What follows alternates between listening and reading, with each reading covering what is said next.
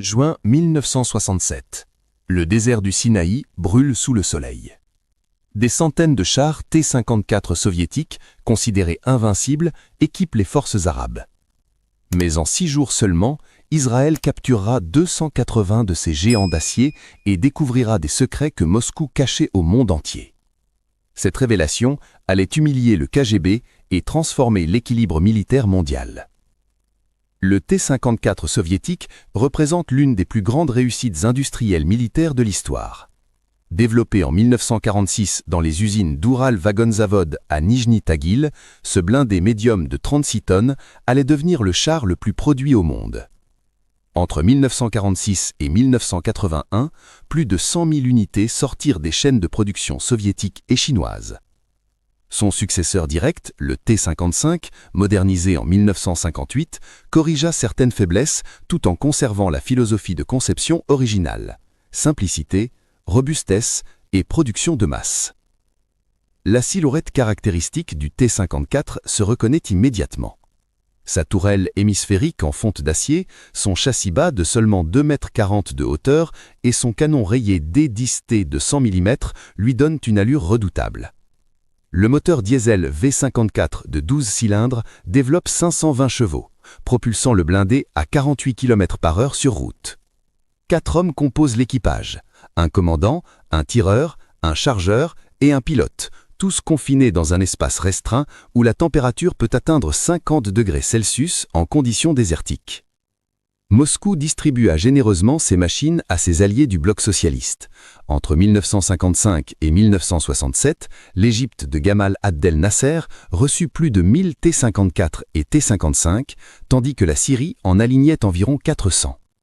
Ces livraisons s'inscrivaient dans la stratégie soviétique de contrer l'influence occidentale au Moyen-Orient. Les conseillers militaires soviétiques accompagnaient les équipements, formant les équipages arabes selon la doctrine rigide de l'Armée rouge.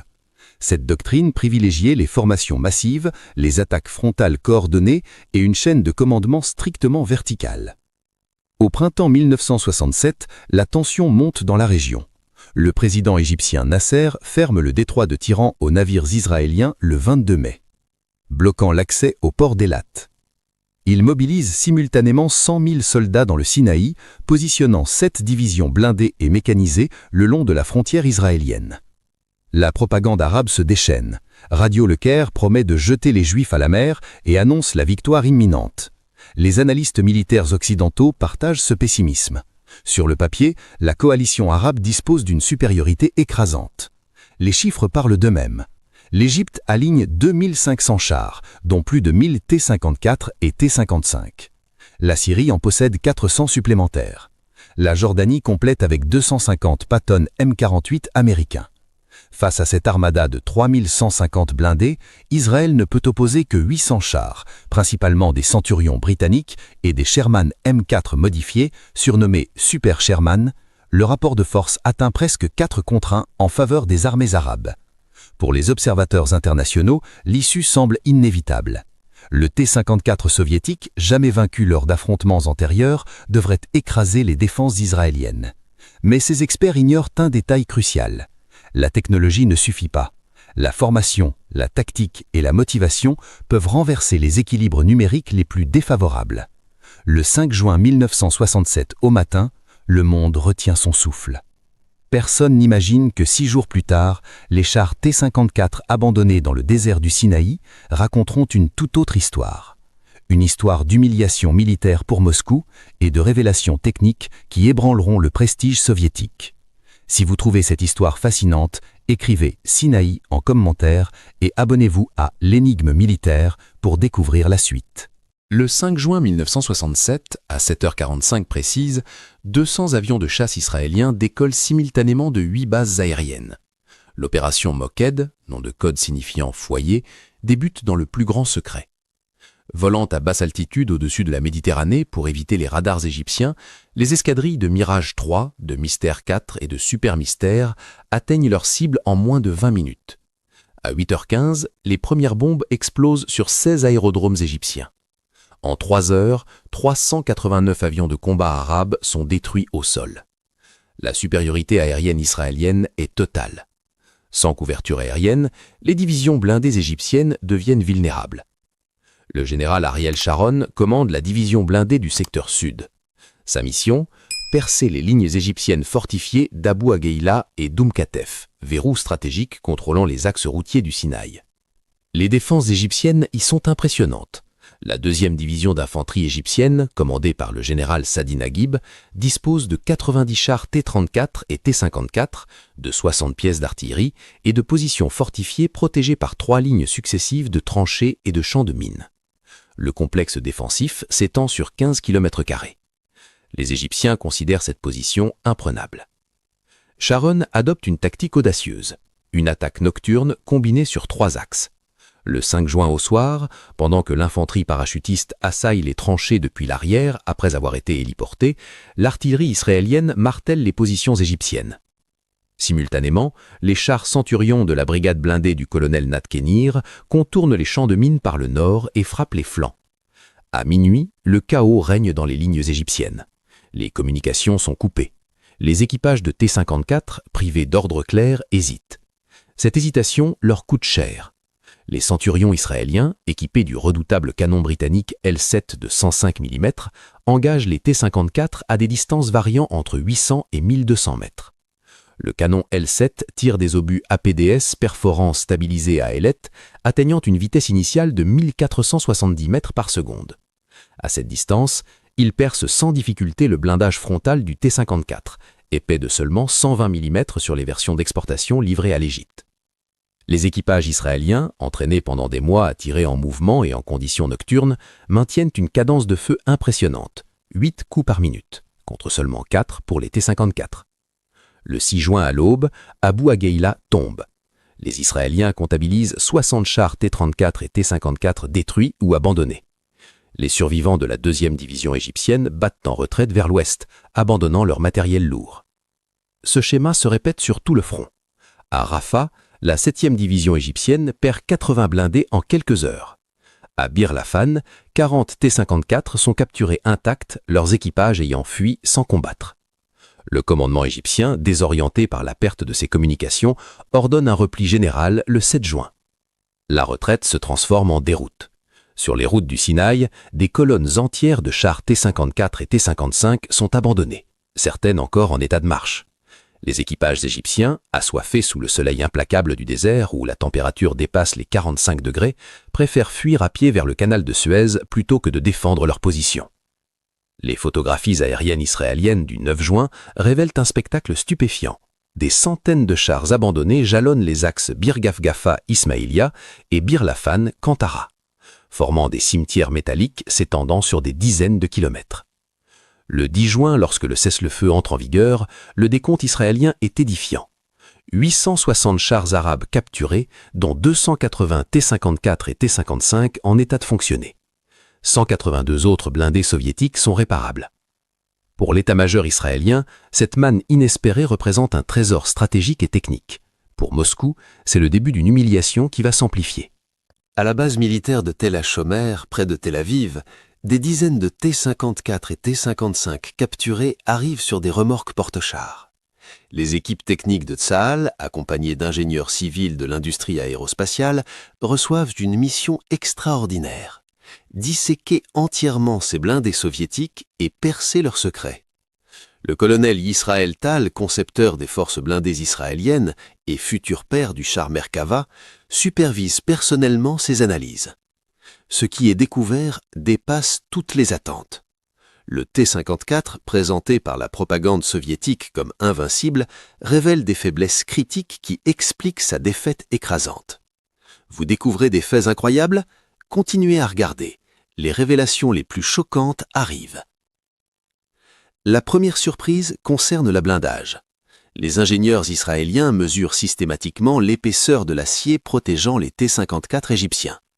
Le glacis frontal atteint 120 mm incliné à 60 degrés, offrant une protection équivalente à environ 200 mm contre les obus perforants. Mais cette épaisseur chute brutalement à seulement 79 mm sur les flancs et 45 mm à l'arrière. Plus préoccupant encore, Les analyses métallurgiques révèlent que l'acier utilisé sur ces versions d'exportation possède une résistance inférieure de 15% au modèle de production soviétique gardé pour l'armée rouge. Moscou vendait délibérément à ses alliés des chars moins protégés. Cette découverte explosive confirme ce que l'OTAN soupçonnait. L'URSS se réservait ses meilleures technologies. L'intérieur du T-54 réserve d'autres surprises désagréables. L'espace disponible pour l'équipage est extrêmement restreint. Du plancher au plafond de la tourelle, seulement 1,60 m. Le commandant et le tireur travaillent dans un volume de moins de 2 m3, entouré de 43 obus de 100 mm stockés sans protection anti-incendie efficace. Les ingénieurs israéliens notent que n'importe quelle pénétration de la tourelle déclencherait instantanément une explosion catastrophique des munitions. Cette disposition explique pourquoi tant de T-54 détruits au Sinaï présentaient leurs tourelles arrachées, projetées à plusieurs mètres du châssis. Le système de visée déchoit également. Le télémètre stadiamétrique TSH-2-22 oblige le tireur à superposer manuellement deux images du même objectif pour estimer la distance. En situation de combat, sous stress, avec la fumée et la poussière, cette méthode se révèle lente et imprécise. Les tests comparatifs montrent qu'un tireur israélien sur Centurion, équipé d'un télémètre coïncidence plus moderne, acquiert et engage sa cible 2 fois plus rapidement qu'un servant de T-54. Cette différence de quelques secondes fait toute la différence entre détruire l'adversaire ou être détruit. Le canon D10T de 100 mm, fierté de l'industrie soviétique, montre lui aussi ses limites. Sa cadence de tir maximale atteint seulement 4 coups par minute, contre 8 pour le L7 britannique équipant les Centurions. Cette différence s'explique par l'absence de système d'éjection automatique des douilles vides et par le chargement entièrement manuel. Le chargeur doit manipuler des projectiles de 27 kg dans un espace confiné en position accroupie ou à genoux. Après 10 minutes de combat intensif, l'épuisement physique ralentit encore la cadence. De plus, les obus perforants BR-412D soviétiques, bien que puissants, présentent qu'une dispersion supérieure aux standards occidentaux au-delà de 1500 mètres. L'ergonomie générale accuse un retard de 15 ans. Les commandes sont rudimentaires. Le pilote dispose d'un levier de direction pour chaque chenille et de 2 pédales pour les freins. Pas de servo-assistance. Changer de direction lors d'une manœuvre rapide demande un effort physique considérable. Le système de ventilation, insuffisant pour les climats désertiques, transforme l'habitacle en four dès que la température extérieure dépasse 35 degrés. Les équipages égyptiens rapportent avoir subi des coups de chaleur après seulement 2 heures de mission diurne. Les radios R11-3 installées sur les T-54 égyptiens fonctionnent uniquement sur des fréquences fixes, sans possibilité de changer rapidement de canal pour éviter les interceptions. La portée maximale atteint 20 km en terrain plan, mais chute à 8 km en zone volnante. Cette limitation explique pourquoi les formations blindées égyptiennes perdirent si rapidement leur communication lors des combats mobiles. Isolés, les commandants de chars durent prendre des décisions individuelles, brisant la cohésion tactique. Mais la découverte la plus embarrassante pour Moscou concerne la différence entre les modèles. En comparant minutieusement les T-54 capturés aux rares photographies de défilés militaires soviétiques, les analystes israéliens identifient des divergences significatives. Les T-54 gardés par l'armée rouge disposent d'un blindage frontal de 200 mm, de systèmes de visée nocturne infrarouge plus performants et d'un revêtement intérieur anti-radiation. Les versions d'exportation vendues à prix d'or aux alliés arabes en sont dépourvues. Cette révélation, transmise aux services de renseignements occidentaux, confirmera définitivement la politique soviétique de double standard technologique. Ces analyses techniques circulent rapidement dans les cercles militaires de l'OTAN. Les attachés de défense américains, britanniques et français à Tel Aviv reçoivent des briefings détaillés. Des photographies techniques, des manuels d'entretien capturés et même des composants de blindage sont discrètement transmis aux laboratoires occidentaux. Pour la première fois, l'Occident dispose d'une vue complète et précise des capacités réelles du principal char de combat soviétique. Le mythe de l'invincibilité du T-54 s'effondre. Dans les ateliers de réparation de l'armée israélienne à Holon et à Haïfa, une transformation extraordinaire débute à l'automne 1967. 146 chars T-54 et T-55 capturés en état de fonctionner vont être intégralement modifiés pour servir sous les couleurs de Tsahal. Ce programme de conversion, baptisé Projet Tyran, mot hébreu signifiant tyran et référence directe au détroit de Tyran dont le blocus déclencha la guerre, représente un défi technique et logistique sans précédent. Il s'agit de transformer des machines conçues selon la doctrine soviétique en blindés adaptés aux standards et aux besoins opérationnels israéliens. Le général Tal supervise personnellement les modifications. Sa philosophie est claire: conserver la robustesse mécanique du châssis soviétique tout en corrigeant ses défauts les plus critiques. Les premiers T-54 modifiés, désignés Tyran 4, conservent leur armement originel mais reçoivent des améliorations substantielles. Les radios R-113 soviétiques sont arrachés et remplacés par des postes AN/VRC-12 américains, offrant une portée de 35 km et la possibilité de changer rapidement de fréquence. Cette simple modification améliore drastiquement la coordination tactique. Les systèmes optiques subissent une refonte complète. Les périscopes TSH-2-22 soviétiques cèdent la place à des télémètres coïncidence israéliens de conception locale, similaires à ceux équipant les Centurions. La précision de tir à longue distance s'en trouve immédiatement améliorée. Des projecteurs infrarouges américains permettent désormais l'engagement nocturne jusqu'à 800 mètres. Les équipages israéliens, initialement sceptiques face à ces chars ennemis, reconnaissent rapidement les qualités du Tyran. Fiabilité mécanique exceptionnelle, profil bas difficile à détecter et autonomie de 500 km, supérieure au Centurion. En 1970, une seconde vague de modifications aboutit au Tyran 5. Cette version pousse l'adaptation beaucoup plus loin. Le changement majeur concerne l'armement principal. Le canon D10T de 100 mm, jugé insuffisant, est déposé et remplacé par le redoutable L7 britannique de 105 mm, identique à celui équipant les Centurions et les futurs M60 américains. Cette opération chirurgicale nécessite de reusiner entièrement le berceau de tourelle, d'adapter le système de recul et de modifier les râteliers à munitions. 120 obus de 100 mm laissent place à 55 obus de 105 mm, mais la puissance de feu augmente de 40%. Les mitrailleuses coaxiales soviétiques SGMT de 7,62 mm sont remplacées par des FN MAG belges du même calibre, plus fiables et alimentées par bande.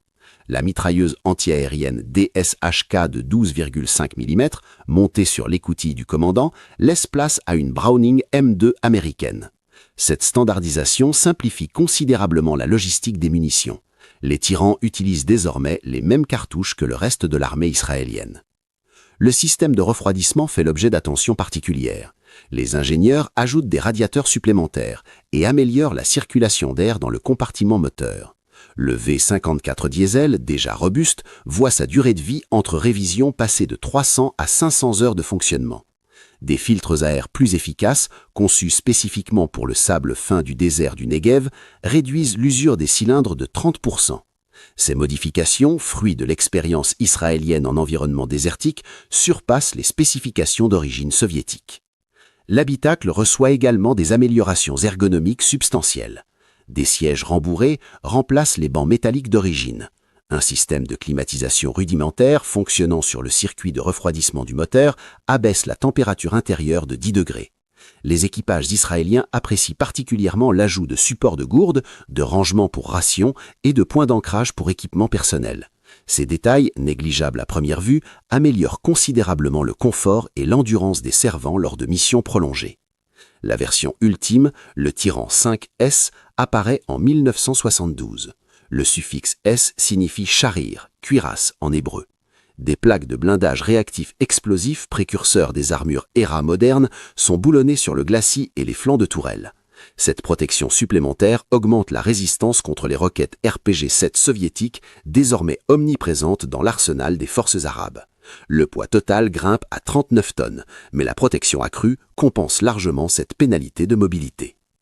En octobre 1973, lors de la guerre du Kippour, les tyrans démontrent leur valeur opérationnelle. 2 commandis de Tyran 5 intégrés à la 7e brigade blindée participent aux combats acharnés du plateau de Golan. Leur silhouette soviétique crée une confusion tactique redoutable. Les forces syriennes hésitent parfois avant d'ouvrir le feu, craignant de toucher leurs propres chars. Cette ambiguïté offre aux équipages israéliens de précieuses secondes pour tirer les premiers. À la fin du conflit, les tyrans totalisent 87 destructions confirmées de chars T-55 et T-62 syriens pour seulement 23 pertes. Le programme Tyran illustre la philosophie israélienne d'adaptation pragmatique. Plutôt que de rejeter ses prises de guerre, Tsahal les transforme en atouts. Les blindés soviétiques, conçus pour des équipages médiocrement formés au sein d'armées de masse, révèlent tout leur potentiel entre les mains de servants hautement qualifiés et soutenus par une logistique moderne. Cette transformation physique symbolise également une victoire psychologique. Les chars qui devaient écraser Israël deviennent des instruments de sa défense. Au Kremlin, dans les bureaux du comité central du Parti communiste, les rapports de juin 1967 provoquent une onde de choc. Le maréchal Andrei Gratchko, ministre de la Défense soviétique, doit expliquer l'inexplicable devant le Politburo. Comment une armée arabe équipée de milliers de chars soviétiques, encadrée par 400 conseillers militaires soviétiques, soutenue par des livraisons d'armes évaluées à 2 milliards de dollars, a-t-elle pu s'effondrer en 6 jours ? Léonid Brejnev, secrétaire général, exige des réponses. Les services de renseignement du GRU et du KGB présentent leurs analyses. Les conclusions sont accablantes. La technologie militaire soviétique, symbole de la supériorité du système socialiste, vient d'être publiquement humiliée.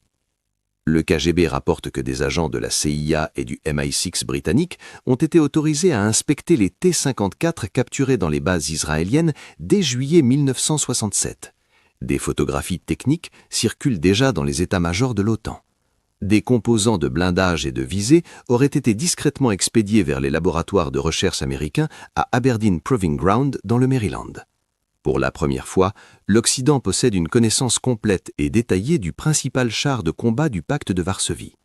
Les implications stratégiques sont désastreuses. Les généraux soviétiques contestent initialement ces conclusions.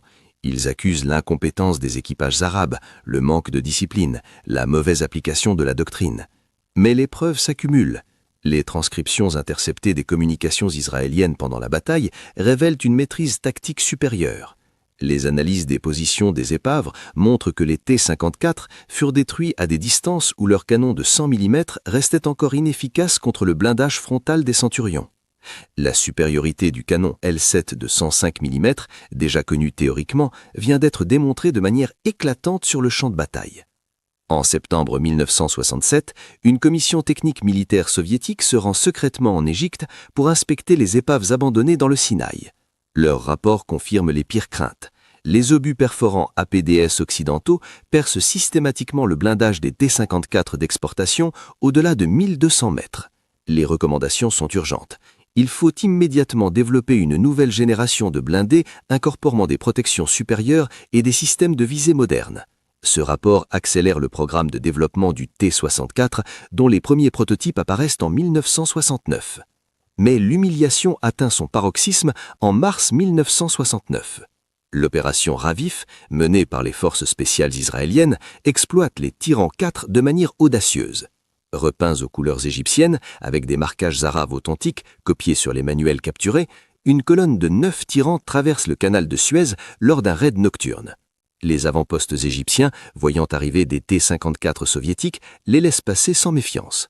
Les commandos israéliens pénètrent 7 km en territoire égyptien, détruisent un transformateur électrique stratégique et 2 ponts ferroviaires avant de se replier sans perte. Les services de renseignement soviétiques, alertés par leurs homologues égyptiens humiliés, comprennent immédiatement les implications.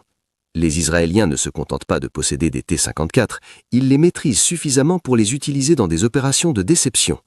Cette capacité transforme chaque livraison de chars soviétiques à des alliés arabes en risque potentiel de voir ces mêmes blindés retourner contre eux. Le KGB rédige un rapport confidentiel recommandant de limiter drastiquement les exportations de matériel sensible vers le Moyen-Orient. Sur le plan diplomatique, les conséquences se révèlent tout aussi sévères. Les alliés du pacte de Varsovie, notamment la Pologne et la Tchécoslovaquie qui produisent également des T-54 sous licence, exigent des explications. Pourquoi l'URSS leur fournit-elle des technologies apparemment obsolètes ? Les attachés militaires roumains et bulgares à Moscou posent des questions embarrassantes sur les différences entre les modèles d'exportation et ceux équipant l'armée rouge. La confiance au sein du bloc communiste vacille. Les États arabes, principaux clients de l'armement soviétique, réclament des compensations et des livraisons de matériel améliorées. Entre 1968 et 1970, l'URSS doit fournir gratuitement 1200 chars T-55 modernisés, 400 avions de chasse MiG-21 et des systèmes de défense antiaérienne CA-6 pour restaurer les capacités militaires égyptiennes et syriennes. Cette aide massive, évaluée à 3 milliards de dollars, pèse lourdement sur le budget soviétique déjà tendu par la course aux armements avec les États-Unis. Plus subtilement, la défaite de 1967 ébranle le prestige idéologique soviétique dans le tiers-monde. La propagande moscovite présentait l'aide militaire socialiste comme garantissant la victoire contre l'impérialisme occidental. L'effondrement spectaculaire des armées arabes, malgré leur équipement soviétique massif, contredit ce récit. Les mouvements de libération nationale en Afrique et en Asie commencent à diversifier leurs sources d'approvisionnement, se tournant davantage vers la France et la Chine. Le monopole soviétique sur l'armement des pays non alignés s'étiole. À long terme, les leçons de 1967 transforment profondément la conception soviétique des blindés. Le T-73, mis en service en 1973, intègre directement les enseignements du Sinaï. Blindage composite multicouche, télémètre laser, système de chargement automatique augmentant la cadence de tir, protection accrue contre les munitions à charge creuse. L'écart technologique avec l'Occident se réduit. Mais cette modernisation coûteuse découle directement de l'humiliation de juin 1967. Les historiens militaires considèrent aujourd'hui la capture des T-54 lors de la guerre des 6 jours comme l'un des plus grands coups de renseignement de la guerre froide. Les Israéliens n'ont pas seulement vaincu militairement leurs adversaires, ils ont exposé au grand jour les faiblesses du système d'armement soviétique, compromettant décennies de propagande militaire. Cette révélation technique força Moscou à repenser entièrement sa stratégie d'exportation d'armes et accéléra le développement d'une nouvelle génération de blindés plus performants. La guerre des 6 jours ne transforma pas seulement la géographie du Moyen-Orient, elle révéla au monde que la supériorité technologique ne garantit jamais la victoire. Les 860 chars capturés par Israël, dont 280 T-54 et T-55, symbolisent une vérité militaire intemporelle. L'entraînement, la doctrine et la motivation surpassent souvent l'équipement. Pour l'Union soviétique, l'humiliation fut totale. Ces blindés, censés incarner la puissance du socialisme, devinrent les instruments de sa défaite. Le KGB dut accepter que ses secrets militaires les plus bingés gardés circulaient désormais dans les laboratoires occidentaux. Cette révélation technique força Moscou à investir des milliards dans la modernisation de ses forces blindées. Les T-54 et T-55 continuèrent leur service pendant des décennies. Certains tyrans israéliens combattirent jusqu'aux années 2000, mais leur légende d'invincibilité était définitivement brisée. Le désert du Sinaï en juin 1967 avait révélé au monde entier leurs faiblesses. Cette histoire vous a captivé? Partagez votre opinion en commentaire. Abonnez-vous à l'Énigme militaire pour découvrir d'autres secrets militaires oubliés de l'histoire. Activez la cloche de notification pour ne manquer aucune révélation.